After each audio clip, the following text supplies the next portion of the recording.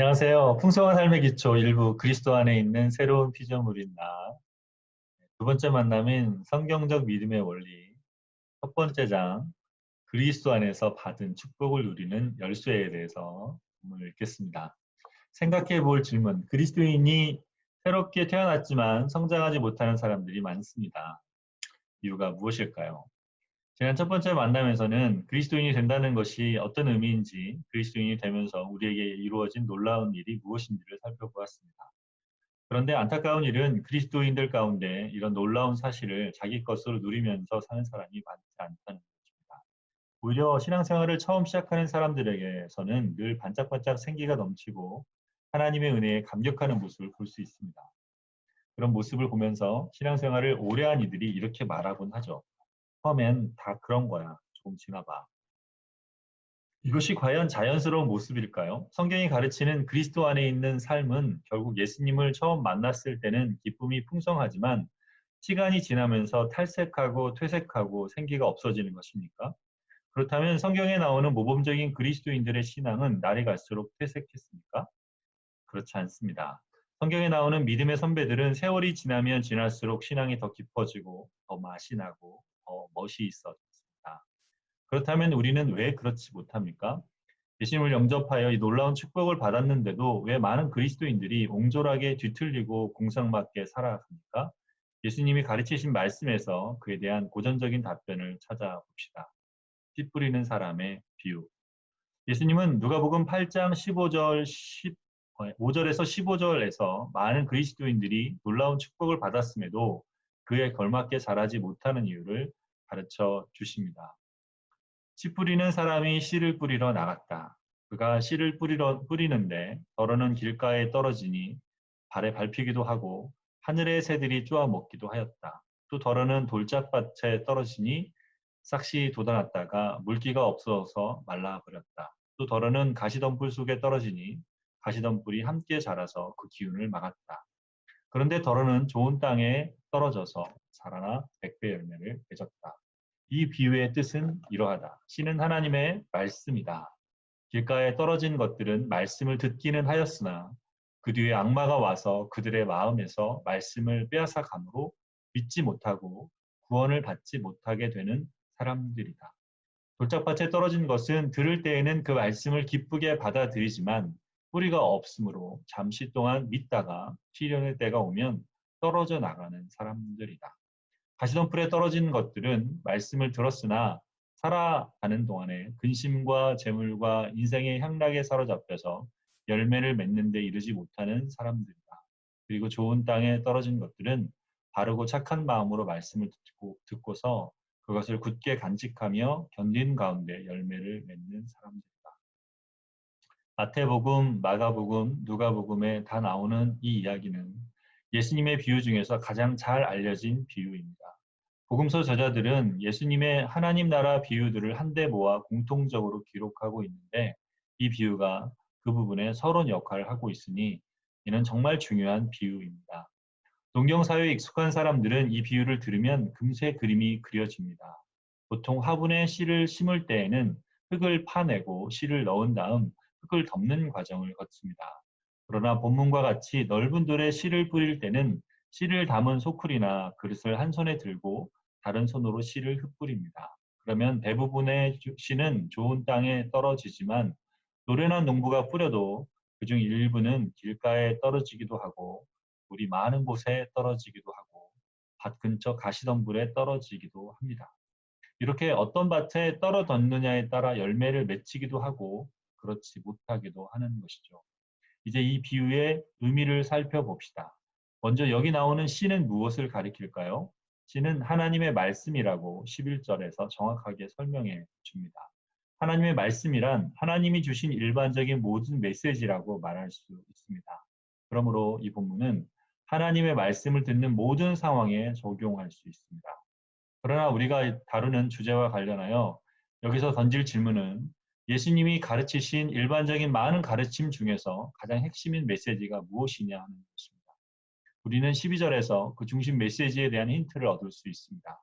12절에 나오는 믿지 못하고 구원을 받지 못하게 되는 이라는 표현을 보면 이 씨가 떨어져서 궁극적으로 맺고자 하는 열매는 바로 구원임을 알 수 있습니다. 따라서 씨앗은 하나님의 말씀이고 예수님이 가르치신 일반적인 가르침이라고 할 수 있지만 그 중에서도 핵심 메시지는 구원에 관련된 것이라고 할 수 있습니다.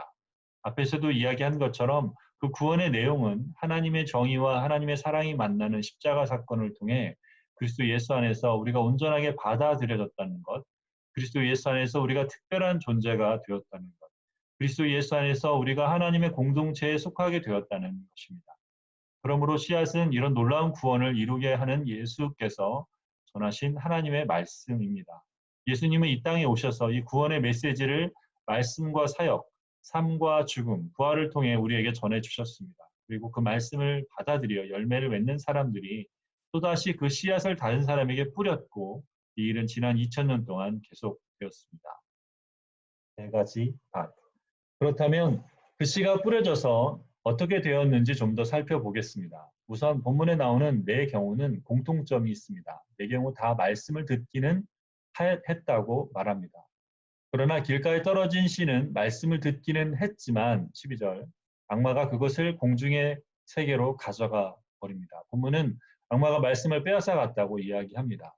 참으로 안타까운 일이지만 말씀이 아예 들어가지 않은 사람들이 있습니다. 말씀을 들을 때 아예 들을 생각조차 하지 않는 이들이 있습니다. 씨앗이 떨어지자마자 누군가 채가는 경우입니다. 여러 가지 이유가 있을 것입니다. 그 사람이 교만하거나 딴 생각에 빠져 있을 수도 있겠지만 예수님은 이것을 영적으로 해석하시고 그 후에 영적인 세력을 지적하십니다. 둘째 씨는 돌짝밭에 떨어집니다. 13절. 돌짝밭에 떨어진 씨앗은 초기에는 말씀을 기쁨으로 받습니다. 말씀을 들으면서 아, 참 좋다. 맞아. 이것이 축복의 말씀이구나. 나를 살리겠구나. 라고 하면서 기쁘게 받아들입니다. 그런데 문제는 잠시 후 시련이 왔을 때 그 씨앗이 뿌리를 내리지 못한다는 것입니다. 돌짝밭이기 때문에 씨앗이 메말라서 없어져 버린다고 본문은 이야기합니다. 돌짝밭에 떨어진 씨앗은 기쁜 마음으로 말씀을 받아들이지만 뿌리를 내리지 못했기 때문에 어려움을 당하면 죽어버립니다. 세 번째는 가시덤불에 떨어진 씨입니다. 이 씨는 가시덤불 속에 뿌리를 내렸지만 가시덤불이 그 위를 감싸고 있어서 자라지 못합니다. 예수님은 이런 사람들에 대해 살아가는 동안 근심과 재물과 인생의 향락이 그 자라는 기운을 막아버린다고 말씀하십니다. 그래서 자라지 못합니다. 그렇다면 반대로 어떻게 하면 좋은 땅에서 열매를 맺는 사람이 될 수 있습니까? 15절은 이렇게 하면 어떻게 하면 축복을 누리는 사람이 될 수 있는지 가르쳐 줍니다. 첫 번째, 바르고 착한 마음으로 듣고라고 말합니다. 다른 사람의 말을 듣기는 하되 삐딱한 마음으로 약점을 잡기 위해 귀를 기울이는 이들이 있습니다. 복음을 들을 때도 마찬가지입니다. 그 복음이 자신에게 무슨 의미가 있는지를 염두에 두고 착하고 바른 마음으로 듣지 않고 삐딱한 마음으로 들을 수 있습니다. 그러면 복음이 들어갈 곳이 없습니다. 바르고 착한 마음으로 듣는 것은 길가에 떨어진 씨와 대조입니다. 두 번째, 굳게 간직하며라고 말합니다. 굳게 간직한다는 것은 돌짝밭에 떨어진 씨앗들과 비교됩니다. 어려움이 닥치면 돌짝밭은 씨앗을 간직하지 않고 날려버립니다. 예수를 믿으면 만사 형통이라고 생각하고 또 그렇게 가르치기도 하지만 예수님은 인생에 반드시 어려움이 온다고 그때 우리가 그 말씀을 굳게 간직해야 한다고 가르치십니다. 세 번째로 인생이 계속해서 우리를 가시덤불과 같은 것으로 시험하고 우리로 딴 마음을 품거나 좌절하게 만들 때 어떻게 해야 됩니까? 견뎌야 합니다. 그럴 때 우리는 풍성한 열매를 맺을 수 있습니다. 실제로 예수님이 가르치신 이 비유는 지난 2000년 동안 그리스도인들이 하나님 나라 백성으로 살 수 있도록 주신 가르침이라 할 수 있습니다. 아예 하나님의 말씀을 듣지 못하는 길가에 뿌려진 씨앗을 제외한다면 예수에 대한 놀라운 소식을 듣고 하나님 나라에 들어가게 된 사람들이 그리스도 안에서 받은 축복을 누리지 못하도록 하는 방해물이 두 가지임을 알 수 있습니다. 그중 하나는 불편함이나 손해를 보는 것부터 박해에 이르는 어려움이 있고 또 하나는 세상사이에서 오는 유혹과 빈심입니다.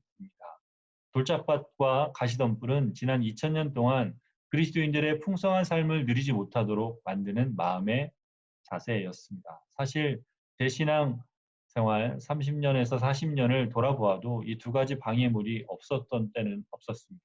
주님을 따르기 위해 희생하고 헌신하지 못하게 만드는 인생의 어려움이 한 차례 몰려옵니다. 이 어려움이 지나고 삶이 안정되면 이런저런 유혹이 저를 기다리고 있습니다. 때로는 이 두 가지가 함께 몰아치기도 합니다. 돌짝밭과 가시덤불은 제 삶에 늘 있었습니다. 저는 이 문제가 그리스도인 개개인의 문제가 아니라 모든 공동체의 문제이기도 한 것을 발견합니다. 예수님은 이런 영적 비밀을 뚫어보시고 꿰뚫어 보시고 우리를 준비시키십니다. 우리는 꼭 기억해야 합니다.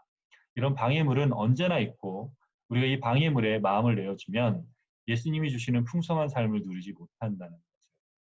반대로 우리는 그리스도 안에서 이루어진 놀라운 축복, 그 놀라운 은혜가 우리 속에서 자라나서 100배, 60배, 30배의 놀라운 열매를 맺는 것을 경험할 수도 있습니다.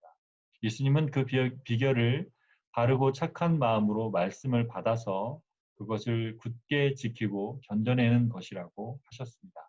이것이 바로 믿음입니다. 하나님이 하신 일, 곧 구원이라는 놀라운 씨앗을 마음속에 품고 시련이 와도 흔들리지 않고 세상 유혹과 여러 가지 염려가 와도 거기에 마음을 뺏기지 않고 끝까지 붙들고 열매를 맺게 만드는 것, 이것이 믿음입니다. 이 믿음이 무엇인지 다음 장에서 좀 더 깊게 살펴보게 될 것입니다. 묵상 질문. 누가복음 8장 5절에서 8절, 11절에서 15절을 다시 읽고 묵상해 봅시다. 2. 우리 마음 상태는 네 가지 밭 중에서 어떤 밭일 때가 많습니까? 특별히 하나님이 마음에 뿌리신 씨앗이 우리의 삶과 인격에서 결실을 맺기 위해 우리에게 필요한 것은 무엇이라고